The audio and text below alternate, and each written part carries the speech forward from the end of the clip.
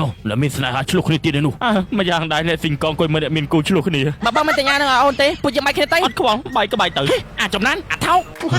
ចាំមិនទុងប្រឡឹងនេះម៉ែប្រាប់ថាស៊ីបាយអីកុំឲ្យចេះដឹងរឿងគេអាពីនេះអូរ៉េងអត់ពងរៀនយើងសួរថាអូរ៉េងអត់ដើរមកវាយមិនឆ្នើអញចំងាញ់ប្លន់នេះអូអីទៀតឲ្យមើល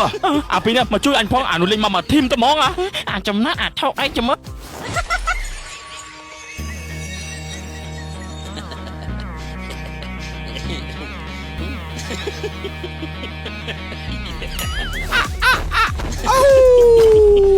អូបាទចូលអាសម្លេងមនុស្សស្អី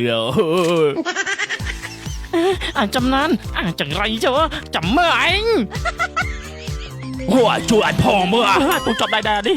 អាឡូបងចំណានបងឯងចំណេះអត់មកជួបបងតិចមើលអានេះអាពីនេះអញរវល់និយាយទូរស័ព្ទនៅខាងក្រៅមកភ្លើនណែចំណានខ្មោចតាយើងមកប្រាំមិញថាឲ្យមានគ្រោះប្រយ័ត្នផងវើយអូនតុងប្រឡឹងបាត់ខាងបងហើយមែនទេអូ